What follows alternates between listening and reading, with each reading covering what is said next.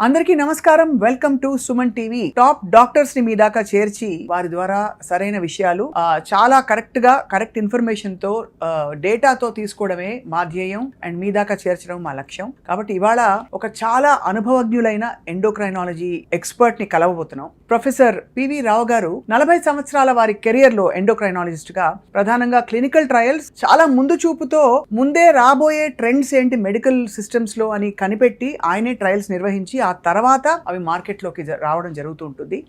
ఎక్కువగా డయాబెటాలజీలో, ఎందుకంటే diabetes cases పెరిగిపోతున్నాయి కాబట్టి ఆయన కెరియర్లో 40 సంవత్సరాల సుదీర్ఘ ప్రస్థానంలో 5 లక్షలకి పైగా పేషెంట్లను ఆయన స్పృశించుంటారు. అలాగే చాలా మందికి చాలా యూస్ఫుల్ ఇన్ఫర్మేషన్ ఇస్తూ వారి జీవితాన్ని, మెడికల్ ప్రయాణాన్ని సార్థకం చేసుకున్నారు. మన అదృష్టం ఇవాళ వారు మన స్టూడియోలో ఉండడం. ఎందుకంటే అంత ఎక్స్పీరియన్స్ తో మనం చేస్తున్న చిన్నపాటి తప్పులేంటి, ఎలా సవరించుకోవాలో కూడా చెప్తారు. సార్ నమస్కారం, స్వాగతం. నమస్తే అండి. ప్రొఫెసర్ పివి రావు గారు, మీరు ఎండోక్రైనాలజీ విభాగంలో ఎక్స్పర్ట్ కాబట్టి దీనికి అంటే మీరు ఏమన్నా ఒక పూర్వపరాలు ఉన్నాయా మీరు ఇందులోకి రావడానికి?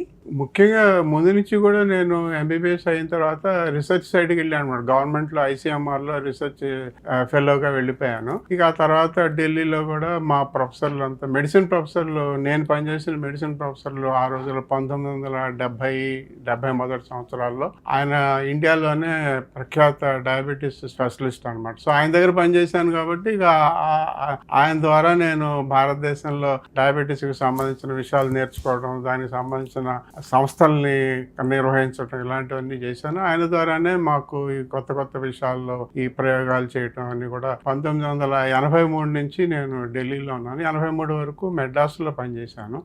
అప్పుడు కూడా మేము అక్కడ కూడా అంత డయాబెటీస్ మీద ఎక్కువగా డాక్టర్లు ఆ రోజుల్లో బాగా మాట్లాడుతూ ఉండేవాళ్ళు. అలా నాకు వారి పరిచయంతో డయాబెటీస్లో ప్రవేశించాలనేటువంటి ఆలోచన కలిగింది. అలాగే ఇక 1978 నుంచి కూడా డయాబెటీస్ లోనే రకరకాల కార్యక్రమాలు నిర్వహిస్తూ రకరకాల విషయాలు తెలుసుకుంటూ, అలాగే డిగ్రీలు కూడా సంపాదిస్తూ ఆల్ ఇండియా ఇన్స్టిట్యూట్ లో మెడికల్ సైన్సెస్ లో పనిచేశాను. 7 ఏళ్ళు అక్కడ పనిచేశాను. ఆ తర్వాత ఇక్కడ నిమ్స్ హాస్పిటల్కి వచ్చి ఇక్కడ కూడా గవర్నమెంట్ లో దాదాపు 25 ఏళ్ళు నేను ప్రొఫెసర్ గా రిటైర్ అయ్యాను నిమ్స్ హాస్పిటల్. అందుకని మాకంతా లైఫ్ అంతా కూడా ఇక ఒకటే డయాబెటీస్ గురించి ఎన్నో రకాల పరిశోధన కార్యక్రమాలు మాకు ఎక్కువ. ఇంత దారుణంగా డయాబెటీస్ పెరిగిపోవడం మీ కళ్ళ ముందు మీరు చూసుంటారు. అయితే భారతదేశం డయాబెటీస్ క్యాపిటల్ అంటారు, అంతా అంటే జంక్ ఫుడ్ అంటారు. కానీ వెస్ట్ లో తినేది జంక్ ఫుడ్డే, మనం చెప్పే జంక్ ఫుడ్ అంటే. మీరు కరెక్ట్గా చెప్పారు, కరెక్టే. ఆ జంక్ ఫుడ్డే మనం తింటాం, లేదా మనకి వేరే జంక్ ఫుడ్లు కూడా ఉన్నాయి. మన కారపూసలు, మన సమోసాలు, మన పకోడీలు, మన మిక్చర్లు కూడా వాళ్ళ జంక్ ఫుడ్ ను వాళ్ళు ఎలా అనుకుంటాం, మనం కూడా మన స్నాక్స్ అలా జంక్ ఫుడ్ అనుకోవాలి. అవును. ఈ కారణాలన్నీ లోపల కారణాలు ఒకటే, డయాబెటీస్ ఎక్కువ అవటానికి కారణాలు. జంక్ ఫుడ్ అనేది భారతదేశం జంక్ ఫుడ్ వేరు, వాళ్ళ జంక్ ఫుడ్ వేరు. మనం తింటున్నాం, వాళ్ళు తింటున్నారు. సో మనం కూడా ఆందోళన పడాల్సిన జంక్ ఫుడ్స్ ఉన్నాయి మన సిస్టమ్ లో. చాలా ఉన్నాయి. ఒకప్పుడు అది అంటే మనకి సంతోషం వచ్చినా దుఃఖం వచ్చినా ముందు తట్టేది ఫుడ్డే కాబట్టి ఫుడ్ ద్వారా చాలా అన్యాయాలు జరిగిపోతున్నాయి రోజు. అయితే సార్ తప్పకుండా మేము మిమ్మల్ని మళ్ళీ డిస్టర్బ్ చేస్తాం. మా సుమన్ టీవీ వ్యూవర్స్ కి సరైన ఇన్ఫర్మేషన్, అంటే ఇప్పుడు అన్ని ఎక్స్ట్రీమ్స్ వచ్చేసాయి సార్. ఆ ఎక్స్ట్రీమ్స్ పక్కన పెట్టి moderate and healthy happy life style కోసం అడుగులు వేద్దాం. మీ నుంచి మేము మరింత సమాచారం తెలుసుకుంటాం ఎప్పటికప్పుడు. సో మిమ్మల్ని డిస్టర్బ్ చేస్తూ ఉంటాం, మీరు అనుమతి ఇవ్వాలి మాకు. తప్పకుండా. Doctor PV Rao garu, we are honoured to have you here. నమస్కారం సార్. మీ ప్రయాణంలో మీరు ఎక్కువ క్లినిషియన్ గా ఉన్నారా, రీసెర్చ్ పర్సన్ గా ఉన్నారా? అలా క్లినిషియన్ గా ఉన్నప్పుడు మీరు చాలా రేర్ కేస్ అనుకుని ఒక చాలా అద్భుతమైన విషయం కనుగొన్న సందర్భము, లేదు ఒక చాలా ముదురు కేసుని మీరు సాల్వ్ చేసిన సందర్భం ఉంటుంటుంది కదా? అంటే మేము డయాబెటీస్ అనేది మేమందరం కూడా రక్తంలో గ్లూకోజ్ 500, 600, 1000 మిల్లీగ్రాములతో వచ్చిన వాళ్ళని, అంటే మాకు సాధారణంగా గవర్నమెంట్లో పనిచేసినప్పుడు అలాంటి కేసులు చాలా వస్తాయన్నమాట. వాళ్ళకి ఏదైనా ఆపరేషన్ చేయాల్సి ఉంటుంది అర్జెంటుగా, ఒక 2-3 గంటల్లోనే పెద్ద ఆపరేషన్, మేజర్ ఆపరేషన్, 5-6 గంటలు ఆపరేషన్ చేయాల్సి ఉంటుంది. వాళ్ళకి రక్తంలో గ్లూకోజ్ 600 ఉంటుంది, 1000 ఉంటుంది. మా డాక్టర్లు, ఎనస్థీషియా వాళ్ళు, మా సర్జరీ వాళ్ళు వాళ్ళని మీరు 120 మిల్లీగ్రాములకు రప్పించండి దాన్ని అని చెప్తారు అనమాట. అదే మాకు చాలా గొప్ప విషయం. 2-3 గంటల్లోనే 600 షుగర్ని మరి శరీరంలోని మిగతా అవయవాలు పాడవకుండా దాన్ని 600 నుంచి 120కి రప్పించేసి మరి డాక్టర్లకి ఇది సాధారణంగా మాకు అది అత్యద్భుతమైన కార్యక్రమంగా కాకుండా ప్రతిరోజు మేము సాధారణంగా గవర్నమెంట్ హాస్పిటల్లో ఇవి బయట ప్రాక్టీస్లో ఇలాంటివి చేయడం కష్టం. దానికి సంబంధించిన డాక్టర్లు ఉండాలి, సంబంధించిన పరీక్షలు అన్నీ ఉంటాయి కాబట్టి మాకు వీటినే నేను ఎక్కువగా చెప్పుకుంటే మీరు ఏదైనా అద్భుతాలు సాధించారా అంటే మేము సాధించిన అద్భుతాలు క్లినికల్లో 1000 షుగర్ ఉన్నా కూడా 1000 మిల్లీగ్రాముల షుగర్ ఉన్న వాళ్ళకి కూడా 1-2 గంటల్లో దాన్ని 100కి రప్పించేసి ఏం చేస్తారు సార్? మందులు ఇవ్వడం. మందులంటే మన ఐవి మందులు ఇచ్చి చాలా కష్టం అనమాట. 1000-2000 షుగర్ ఉంటే అంటే మీరు చెప్పిన తల తిరుగుతుంది. ఏం సిమ్టమ్స్ వస్తారు సార్ వాళ్ళు? హఠాత్తుగా 1000 మిల్లీగ్రాములు వస్తే వాళ్ళకి కళ్ళు తిరగటం, లేదా నోరు ఎండిపోవటం, డీహైడ్రేషన్ అంటాం. శరీరంలోని రక్తంలోని నీరంతా కూడా తగ్గిపోయి డీహైడ్రేషన్ వచ్చి అవయవాల్లో ముఖ్యంగా ఊపిరితిత్తుల్లోను, గుండెలోను, మెదడులోను ఉన్నటువంటి కణాల్లో నీరు తగ్గిపోతే వాటికి సంబంధించిన సమస్యలు వస్తాయన్నమాట. కానీ అదే ఇప్పుడు మనం చాలా మందిని చూస్తూ ఉంటాం బయట సంవత్సరాల తరబడి షుగర్లు ఎక్కువగా ఉంటుంటే 400-500 ఉంటూ అలా దానికి అలవాటు పడిపోతారు. అవును, అలవాటు పడిపోతే వాళ్ళకి మనం ఏదో రక్త పరీక్ష చేస్తే తప్ప వాళ్ళకి ఎటువంటి సమస్యలు బయటపడవు. అవును, అదో రకమైన సమస్య మాకు. అది డయాబెటీస్ వాడికి రక్తంలో గ్లూకోజ్ ఎంత ఉందని తెలుసుకోవాలంటే రక్త పరీక్ష చేసుకోవాల్సిందే తప్ప వాళ్ళని ఏదో చూసి వాళ్ళ లక్షణాలను బట్టి వాళ్ళతో మాట్లాడి మేము చెప్పలేము. కాబట్టి రక్త పరీక్షల్లో తెలుసుకుంటా. అలాగా చాలా కాలంగా రక్తంలో 500-600 షుగర్ ఉన్న వాళ్ళు ఏ సమస్య లేకుండా బయట సాధారణంగా తిరుగుతూ ఉంటారు. వాళ్ళకి ఏమవుతుంది ఒకవేళ అది కంటిన్యూ అయితే? వాళ్ళకి చాలా డెఫినెట్గా వచ్చే సమస్యలు ముఖ్యంగా రక్తనాళాలు గట్టిపడిపోతాయి అన్నమాట. వీళ్ళందరికీ రక్తం గట్టిపడుతుంది, రక్తం చెక్కబడిపోతుంది కదా. రక్తం చెక్కబడిపోతుంటే ఎక్కడైనా రక్తనాళాల్లో అది గడ్డగట్టి ఆ ధమనంలో, గుండె ధమనంలో, కరోనరీ ఆర్టరీలో గడ్డగడితే హార్ట్ అటాక్ వస్తుంది. మెదడులో ఆర్టరీలో గడ్డగడితే అక్కడ బ్రెయిన్లో స్ట్రోక్ వస్తుంది. ఇలాగా ముఖ్యంగా రక్తనాళాల సమస్యలు, తర్వాత మూత్రపిండాల సమస్యలు కూడా వస్తాయి. ఇవన్నీ కూడా ఖచ్చితంగా వస్తాయి అందరికీ. కాకపోతే ఏంటంటే అది ముందు తెలీదు చాలా మందికి. రాబోతోంది అనే విషయం 5-10 ఏళ్ల తర్వాత గుండె జబ్బులు వస్తాయని, మూత్రపిండాల జబ్బులు వస్తాయని తెలీదు. గ్లూకోజ్ మాత్రం ఎక్కువ ఉంటుంది, అసలు ఉందనే పట్టించుకోరు. ఒక 5-10 ఏళ్ళు పోయిన తర్వాత ఇక ఏదో ఒక సమస్య, శాశ్వతంగా అంగవైకల్యం వచ్చేటువంటి సమస్యలు వస్తాయి. అబ్బో, అయితే ఇలా పట్టించుకోకపోవడం డేంజర్ సైన్స్. అంటే అందుకే ఇప్పుడు యాన్యువల్ చెకప్స్ ఇవన్నీ ఇప్పుడు వచ్చేసాయి.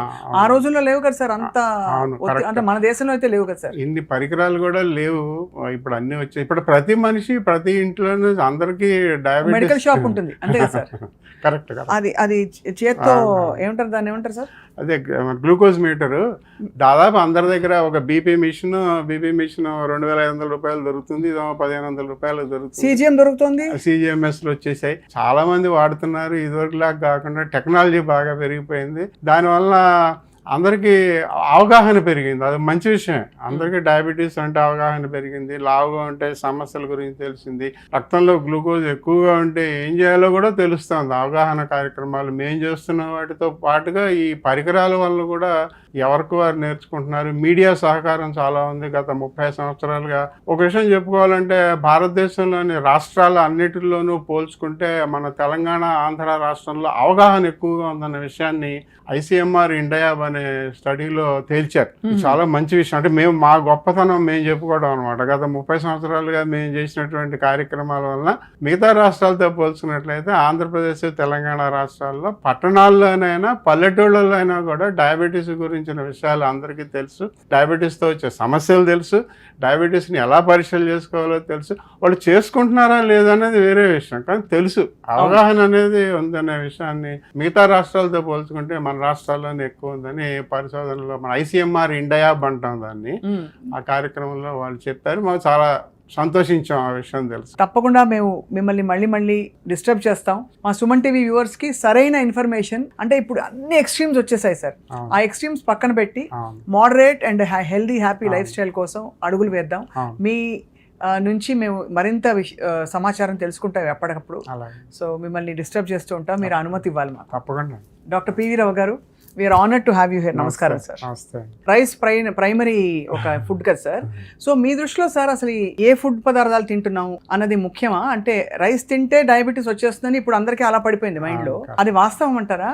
అంటే మేము చెప్పేది ఏంటంటే ఇప్పుడు భారతదేశంలో ఒకప్పుడు ఈ అన్నం లేనప్పుడు, మరి గోదావరి జిల్లాలో అన్నం లేనప్పుడు అన్నాన్ని పండించి ఎంతో మంది లక్షల మందికి ప్రాణం పోశారు. ఒకప్పుడు మనకి ఈ ఆయుర్దాయం చాలా తక్కువ ఉండేది. లైఫ్ ఎక్స్పెక్టెన్సీ 30-40 కన్నా ఎక్కువ కాలం బతికేవాళ్ళు కాదు. వాళ్ళందరూ 70 ఏళ్ళు బతుకుతున్నారు. మనకి ఆరోగ్యం, ఆహారం, నాకు తెలిసి 30 సంవత్సరాల క్రితం కూడా మెరాస్మస్ అనే వ్యాధి, తర్వాత క్వాషియార్కర్ ఇక్కడ తెలంగాణలో హైదరాబాద్ సిటీలోనే చాలా ఎక్కువ ఉండేది.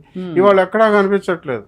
అంటే మనం ఆహారపరంగా, ఆరోగ్యపరంగా మనం ఎంతో సాధించాం కదా 30 సంవత్సరాలుగా. ఎనీమియా అనేది ఒకటి కనిపిస్తుంది, రక్తహీనత మొత్తం అందరికి ఉంది. కానీ ఈ కంటి ఇప్పుడు రేచీకటి అనేవాళ్ళం, ఇప్పుడు నిక్టలోపియా అని చెప్పేసి, వైటమిన్ ఏ డెఫిషియన్సీ కంప్లీట్ గా పోయింది. ఇవన్నీ కూడా మనం మన ఆహార విషయాల్లో మార్పుల వలన ఆరోగ్యం పెంచుకుని మనం ఇవన్నీ కూడా సాధించగలిగాం గత 20 సంవత్సరాలు. ఇలాగే ఒకప్పుడు మరి 100 సంవత్సరాల క్రితం ఆహారం అంత లేని రోజుల్లో, మరి అన్నం లేని రోజుల్లో జొన్నలు, రాగులు, సజ్జలు లాంటివి తింటూ మనం కొన్ని సమస్యలకు కూడా లోనయ్యాం. కానీ వాళ్ళ తేలిగ్గా జీర్ణమయ్యేటువంటి అన్నం అనేది దొరకటం వలన వరి పండుతోంది. భారతదేశంలో వరి ఎక్కువగా పండే రాష్ట్రాలు ఆంధ్రప్రదేశ్, తెలంగాణ. వాళ్ళ భారతదేశం మొత్తానికి వరి ఎక్కువ పండేటువంటి రాష్ట్రం తెలంగాణ రాష్ట్రం. కాబట్టి దీన్ని తప్పుబట్టి దీని వలన దోషాలు ఉన్నాయి, హాని కలుగుతోంది అని అందరూ చెప్పుకోవటం అంత మంచి విషయం కాదు. కాకపోతే మీరు తినేటువంటి ఆహారంలో వరి ఎలాగా మీరు వాడుకుంటున్నారు? 2 సార్లు మరబట్టారా, ఒకసారి మరబట్టారా? తర్వాత ఇవాళ మరి చెప్పుకోవాల్సిన విషయం ఏంటంటే, ఈ ధాన్యాన్ని బాగా మరబట్టి ఆ పైన ఉన్నటువంటి హస్క్, ఆ ఓకా చుట్టూ తీసి దాంట్లోంచి ఆయిల్ తీసినట్లయితే బ్రాన్ ఆయిల్ కి ఎక్కువ డబ్బు వస్తుంది, మనం బియ్యం అమ్ముకున్నా కూడా. అందుకని బాగా మరబట్టేసి మరి ఇవన్నీ బయటకు తీసి ఆయిల్ అమ్ముకోవటం ముఖ్యం కానీ బియ్యం ముఖ్యం కాదు అనే ఉద్దేశంతో బాగా తెల్లగా శుభ్రంగా జీర్ణం అయిపోయి, ఆహారం తీసుకున్న, అన్నం తీసుకున్న అరగంటలోనే మొత్తం జీర్ణమైపోయి రక్తంలోకి వెళ్ళి గ్లైసిమిక్ ఇండెక్స్ ఎక్కువ పెరిగిపోయేలాగా అలాంటి ఆహారం తీసుకోవటం మన తప్పు, మన వంట పద్ధతుల్లో తప్పు, అంతేగాని అన్నాన్ని తప్పు పట్టకూడదు. ఎంత గొప్ప మాట అన్నారు సార్. అంటే మీ అనుభవం కనిపిస్తుంది స్పష్టంగా. అన్నాన్ని తప్పు పట్టలేము, మనం పండించే విధానం, దాన్ని ప్రాసెస్ చేసే విధానం తప్పు కాబట్టి అది మనకి చేటు చేస్తుంది. సార్ ఇప్పుడు మీరు ఈ డయాబెటీస్ పరీక్షల్లో మనకి HbA1c ఒకటి కామన్ గా, ఫాస్టింగ్ గ్లూకోజ్, అయితే ఇప్పుడు ఫాస్టింగ్ ఇన్సులిన్, హోమాయార్ ఇవన్నీ అంటున్నారు. మీరు ఏది ప్రామాణికం అంటారు? రక్తంలో గ్లూకోజ్ ఎక్కువగా ఉంటేనే డయాబెటీస్ నిర్ధారణ చెప్తున్నాం, మనం డయాగ్నోస్టిక్ గా వాడతాం. అలాగే రక్తంలో గ్లూకోజ్ తగ్గడం అనేది ఒక టార్గెట్ గా పెట్టుకుని మనం మందులు ఇస్తున్నాం అనమాట. మందులు ఇవ్వడానికి, నిర్ధారణ చేయడానికి రక్తంలో గ్లూకోజ్ అనేది ప్రామాణికం, దాంట్లో తిరుగులేదు. HbA1c అనేది ప్రామాణికం కాదు, కానీ ఒక రకంగా మనకు ఉపయోగం అనమాట. అంటే 3 నెలలకు ఒకసారి, గత 3 నెలలు బాగుందా లేదా మనం చేసిన చికిత్స అని తెలుసుకోవడానికి వాడుతున్నాం HbA1c అనేది. కాకపోతే ఇక రాబోయే కాలంలో రక్తంలో గ్లూకోజ్ యొక్క అవసరం తగ్గిపోతోందని ఒక కొత్త సూచనలు వస్తున్నాయి. రక్తంలో గ్లూకోజ్ రోజంతా కూడా ఒకలానే ఉండదు, అది 20 సెకండ్లకు ఒకసారి మనం చేయగలిగినట్లయితే మారిపోతాం. ఆ మారిపోవడం కూడా వేరియబిలిటీ చాలా ఎక్కువగా ఉంటుంది అనమాట. అంటే ఒక 5 నిమిషాల క్రితం 100 ఉంటే 5 నిమిషాల తర్వాత 300 ఉండొచ్చు, మళ్ళీ 5 నిమిషాల తర్వాత మళ్ళీ 50 ఉండొచ్చు. వేరియబిలిటీ ఎక్కువ ఉంటుంది. కాబట్టి ఏదో రక్త పరీక్ష చేసి ఉదయం తిన్న తర్వాత, గంట తర్వాత, 2 గంటల తర్వాత రక్త పరీక్ష చేసి దాంట్లో ఉన్న షుగర్ని బట్టి ఆ రోజంతా ఇలాగే ఉందని మనం ఊహించి మందులు ఇవ్వటం అనేది తప్పు. సో మరి డయాబెటీస్ ఉందా లేదా అని ఎలా నిర్ధారిస్తాం మనం? అదైతే రక్తంలో గ్లూకోజ్ దానికి మంచి ఒక నెంబర్ కూడా ఇచ్చేసారు, సంఖ్య. 125 ఉంటే డయాబెటీస్ లేదు, తినక ముందు 126 ఉంటే డయాబెటీస్ ఉంది. అలాగా ఫాస్టింగ్ అంటున్నారు. ఫాస్టింగ్ బ్లడ్ గ్లూకోజ్ తిన్న తర్వాత 140, 200 నెంబర్లు ఇచ్చారు. సో ప్రతిదానికి సంఖ్యలకు ఆధారంగా మనం చేస్తున్నాం. అది రీజనబుల్ ఎస్టిమేట్ అని చెప్పొచ్చు. ఒకప్పుడు ఇండియా హెల్దీగా ఉండేది, ఇప్పుడు బాగా అన్హెల్దీగా మారిపోయిందని మనం చాలా బాధపడుతున్నాం. వాటికి ప్రధాన కారణాలు ఏంటంటే, నడిచేస్తే ఆ హెల్త్ వచ్చేస్తుందా, జిమ్కి వెళ్ళిపోతే హెల్త్ వచ్చేస్తుందా, సెడెంటరీ లైఫ్ ఒక్కటే కారణమా, లేదు మనం జంక్ ఫుడ్ తింటున్నాం అంటాం, రోజు పని కట్టుకుని ఎవరు బర్గర్లు, పిజ్జాలు కూడా తింటారు సార్. సో మరి ఏమిటి సార్ కారణం? అలాగే పకోడీలు, బజ్జీలు కూడా ఈ మధ్య తినలేదు.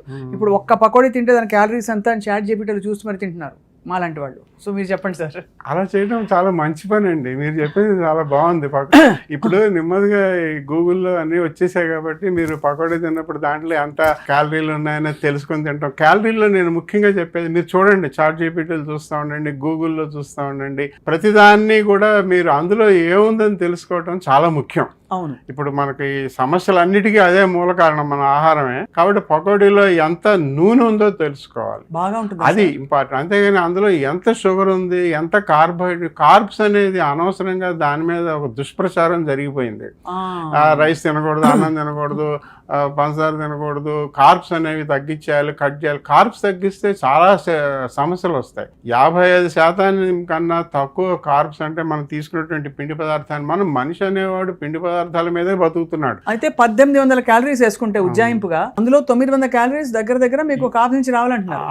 రాకపోతే మనకు ఆరోగ్య సమస్యలు ఎక్కువ అవుతాయి అన్నమాట. 55% ఉండాలి, 55% కాదు, 55% ఉండాలి. అంటే 1000 క్యాలరీస్ అనుకుంటే కూడా sir 250 grams of carbs we need. 100%. Because 250 into 4 ఒక్కొక్క gram of carb is 4 calories కదా సార్.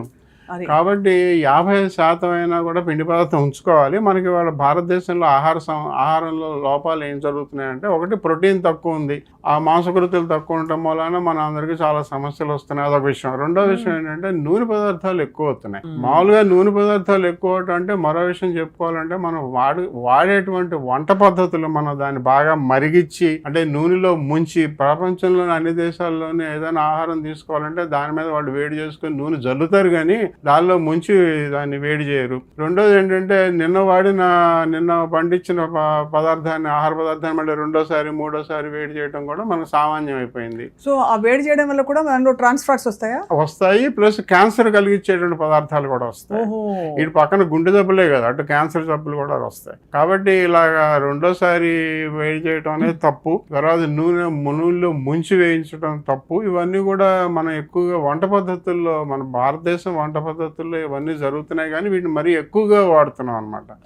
ముఖ్యంగా ఏదైనా మనం పెళ్లిళ్ళకి కానీ ఫంక్షన్లకు కానీ వెళ్తే, నిన్న తయారు చేసింది, అదే వాళ్ళ పొద్దున్న తయారు చేసింది వేడి చేసి మనకి ఇస్తున్నాం. మనం కూడా 2-3 రోజులకు ఒకసారి కూరలు చేసుకుని మైక్రోవేవ్ లో పెట్టుకుని తింటున్నాం, రోజు అదే వేడి చేసుకుని. సో ఇవన్నీ కూడా సమస్యలు ఉన్నాయన్నమాట. అంతేగాని ఆహార పదార్థాన్ని తప్పు పట్టకూడదు. అంటే ఏదో బియ్యం తప్పు, లేకపోతే పొటాటో, బంగాళదుంప తప్పు అలా అనకూడదు. దాన్ని వండే పదార్థాల్లో, వండే పద్ధతుల్లో తప్పులు అనమాట. సో ప్రధానమైన కల్ప్రిట్స్ నాకు అర్థమైంది. సూపర్ రిఫైనింగ్ రైస్ అండ్ పిండి పదార్థాలు ఒకటి చెప్పారు. 2 నూనె పదార్థాలు మనం గ్రహించట్లేదు, కార్బ్స్ ని తప్పు పడుతున్నాం, కానీ యాక్చువల్లీ కల్ప్రిట్ ఇది. ఎందుకంటే మళ్ళీ కూరలు వేడి చేస్తే అది బ్యాడ్ ఫ్యాట్ గా మారుతుంది. రెండోది ఆ ఫ్యాట్ కంటెంట్ కూడా బాగా ఎక్కువ అవుతుంది అది. సో చాలా ఇది గ్రహించకుండా చేస్తున్న తప్పులు సార్. ఎందుకంటే 2 కదా బజ్జీలు, ఒక 2 బజ్జీలు తింటే ఒక చక్కగా అంత నూనె వచ్చేస్తుంది మన బాడీలోకి, అంతే కదా సార్? అవును, 3వ వంతు నూనె ఉంటుంది. మీరు పకోడీ కానీ బజ్జీ కానీ కారం పోసేస్తే చేతికి తగలదు, ఏది తగలకుండా నూనె వెళ్ళిపోతుంది లోపలికి. కాబట్టి ఏదైనా మీరు ఒక ఆహార పదార్థం, మన భారతదేశ వంటకాలు ఏం తీసుకున్నా కూడా, మిఠాయిలు కూడా ఏం తీసుకున్నా కూడా దాంట్లో 3వ వంతు నూనె పదార్థం ఉంటుంది అన్నమాట. ఇప్పుడైతే మనకి గతంలో హెల్దీగా ఉన్న ఇండియా అన్హెల్దీగా మారడానికి ఇదే కారణం. అంటే దానికి తగ్గట్టు మనం నడవట్లేదు, ప్రభుత్వ పరంగా ఆలోచించినట్లయితే మనకున్న సమస్యల్ని మనం చాలా తగ్గించుకున్నామండి. ఇప్పుడు భారతదేశం ఒకప్పుడు అనారోగ్యాలు ఎక్కువగా ఉండేటువంటి రోజుల నుంచి వాళ్ళ ఆరోగ్యం ఉన్న వేరే, కానీ కమ్యూనికబుల్ డిసీజెస్ తగ్గాయి, కానీ లైఫ్ స్టైల్ డిసీజ్ కొంచెం పెరిగినట్టే కదా సార్? కరెక్ట్. ఇన్ఫెక్షన్స్ డిసీజెస్ అన్ని తగ్గిపోయినాయి, బాగా తగ్గాయి. అవును. కాకపోతే ఇప్పుడు ఈ నాన్ కమ్యూనికబుల్ డిసీజెస్ అంటే మరి ఈ గుండె జబ్బులు అవుతానేమి, క్యాన్సర్లు అవుతానేమి, ఊబకాయం, డయాబెటీస్, ఇవి పెరిగాయి అనమాట. అలాగా మొత్తం అంతా అనారోగ్యంలో వెళ్ళామని అనుకోకూడదు. మనకి ఇంకా అవకాశం ఉంది. మనకి ఇప్పుడిప్పుడే మిగతా దేశాలతో పోల్చుకుంటే ఇప్పుడిప్పుడే మనం ఈ జబ్బులకు లోనవుతున్నాం. భారతదేశాన్ని డయాబెటీస్ క్యాపిటల్ అని చెప్తారు, కానీ సంఖ్యాపరంగా చూసుకుంటేనే క్యాపిటల్, కానీ మన శాతం చూసుకున్నట్లయితే మన భారతదేశంలో డయాబెటీస్ అమెరికా, చైనాలో ఉన్నట్టు లేదు. మనకి 10%, 25 ఏళ్ళు దాటిన వాళ్ళలో 10% అనమాట. అందుకని మనమేమి అంత మొత్తం పాడైపోయి ఏం లేవు అనారోగ్యంగా. కాబట్టి మనం కూడా ఇప్పుడు తెలుసుకోవడానికి అవకాశం ఉంది, మార్చుకోవడానికి అవకాశం ఉంది, అవగాహనకు అవకాశం ఉంది. ఉందండి. ఆ విషయం తెలుసుకోవాలంటే మనం ఏమి మొత్తం అంతా పాడైపోయాం, మనం తీసుకునేటువంటి ఆహారం అలా ఇలా మిగతా దేశాలతో పోల్చుకుంటే మనమే బెటర్ గా ఉన్నాం. మనమే, అదే కరెక్ట్ సార్, మీరు వాస్తవంగా చెప్పారు. ఇంకా మన కూరగాయలు వాటన్నిటికీ కాస్త గుర్తింపు గౌరవం ఉంది. వేరే దేశాల్లో హార్డ్ మీట్స్ తినే దేశాలు ఉంటాయి, రెడ్ మీట్ ఎక్కువ తినే దేశాలు కూడా ఉన్నాయి సార్ మన దగ్గర. 20 సంవత్సరాల మోర్టాలిటీ డేటా అమెరికా వాళ్ళ డేటా తీసుకున్నట్లయితే భారతదేశం కన్నా ఎక్కువ మరణాల సంఖ్య వాళ్ళ దగ్గర ఉంది, మన దగ్గర కాదు. వాళ్ళకన్నా మనం చాలా వెనకబడి ఉన్నాం, మన హాస్పిటల్స్ అయితేనేమి, వైద్య సదుపాయాలు అయితే. కానీ చివరికి మోర్టాలిటీ డేటా, మార్బిడిటీ డేటా తీసుకున్నట్లయితే 20 సంవత్సరాలు అమెరికాది ఇండియాది పోల్చుకున్నట్లయితే మనమేమి వాళ్ళతో పోల్చుకుని బాధపడాల్సిన అవసరం ఏం లేదు, మనకు ఆరోగ్యంగానే ఉన్నాం మనం. కాకపోతే రాబోయే కాలంలో మన ఒబేసిటీ పెరుగుతోంది, డయాబెటీస్ పెరుగుతోంది, గుండె జబ్బులు పెరుగుతాయి. ఆ సమస్యలు మనకు ఉన్నాయన్న విషయం మనకు తెలుసు. అవగాహన నేర్చుకుని దానికి కావాల్సినటువంటి పద్ధతులు మార్చుకోవడానికి అవకాశం ఉంది, మనకు అవకాశం ఉంది. మీరు చెప్పినట్టు కూరగాయలు అయితేనే, పళ్ళు అయితేనే, మనం వాడినంత కూరగాయలు, పళ్ళు, ఆహార పదార్థాలు మిగతా దేశాల్లో లేవు. కాబట్టి మనం చాలా, మనకు అదృష్టవశాత్తు మనకు చాలా అవకాశం ఉంది మార్చుకోవటానికి. 100 ఏళ్ళు బతకడం ఎలా అని ఎవరైనా అడిగితే ఒక అమాయకమైన ప్రశ్న. 100 ఏళ్ళు అంటే సుదీర్ఘకాలం. మీరు ఏం చెప్తారు సార్ దానికి? ఒక విరుగుడికి అంటే ఈ 3-4 సూత్రాలు పాటిస్తే, ఉదాహరణకి నన్ను అడిగితే సార్, మా ఇంట్లో మా తాతగారు ఆయన శాకాహారిగా బతికారు. ఒక పూట భోజనం, ఒక పూట టిఫిన్, మధ్యలో ఏం ఉండదు. ఇలా కొన్ని నియమాలు పెట్టుకున్నారు. ఆయన టీ, కాఫీ ఇంకా అసలు అక్కడి నుంచి డైవర్ట్ అవ్వరు, ఎంత టెంప్ట్ చేసినా కూడా. ఆయన డిసిప్లిన్ అది. సో మీరేమంటారు, ఏమిటి సార్ మనకి మూలం? అంటే మనిషి చనిపోవటానికి, కణాలన్నీ కూడా చనిపోవటానికి ముఖ్యమైన కారణం ఏంటంటే వాపు ప్రక్రియ అంట, ఇన్ఫ్లమేషన్. అబ్బా, క్రానిక్ ఇన్ఫ్లమేషన్ అనమాట. మన శరీరం అనేది మనకి జన్యుపరంగానే మనకి కొన్ని సంవత్సరాల తర్వాత కణాలన్నీ కూడా వాపు, ఇన్ఫ్లమేషన్ వచ్చి, ఆ ఇన్ఫ్లమేషన్ తర్వాత వాటి యొక్క జరుగుతున్నటువంటి జీవక్రియలు తగ్గిపోయి, అవి ఎండిపోయి, అవి మరణించడం అనేది సహజం. కాకపోతే దీన్ని ఆలస్యం చేయడానికి, మరణాలని ఆలస్యం చేయడానికి ఏం చేస్తామంటే ఇన్ఫ్లమేషన్ తగ్గించుకోవాలి. ఇన్ఫ్లమేషన్ అంటే ఇప్పుడు మీరు చెప్పినట్టే క్రమశిక్షణ పాటించినట్లయితే వాపు ప్రక్రియను క్రమశిక్షణ అంటే ఒకటే సమయానికి నిద్ర లేవడం, ఒకటే సమయానికి పడుకోవడం, ఒకటే సమయంలో తినటం, తినే ఆహార పదార్థం కూడా ప్రతిరోజు ఒకలాగానే ఉండేటట్టు తినటం. ఇప్పుడు మీరు ఇందాక చెప్పినట్టు, తర్వాత ఎప్పుడు కూడా నిండుగా తినకుండా సగం సగం ఆహారం తీసుకోవటం, ఇవన్నీ చేసినట్లయితే క్రానిక్ ఇన్ఫ్లమేషన్ ని మనం తగ్గించుకోగలుగుతాం. అంటే శరీరంలో ఉన్నటువంటి ప్రతి అవయవంలో ఉన్నటువంటి ప్రతి కణాన్ని కూడా మనం ఎండిపోకుండా, అంటే ఇన్ఫ్లమేషన్ వల్ల వాపు ప్రక్రియ జరగకుండా ఆపాలంటే క్రానిక్. ఇప్పుడు అందుకని రాబోయే కాలంలో యాంటీ ఇన్ఫ్లమేటరీ డైట్స్ అని చెప్పి ప్రాచుర్యంలోకి వస్తున్నాయి.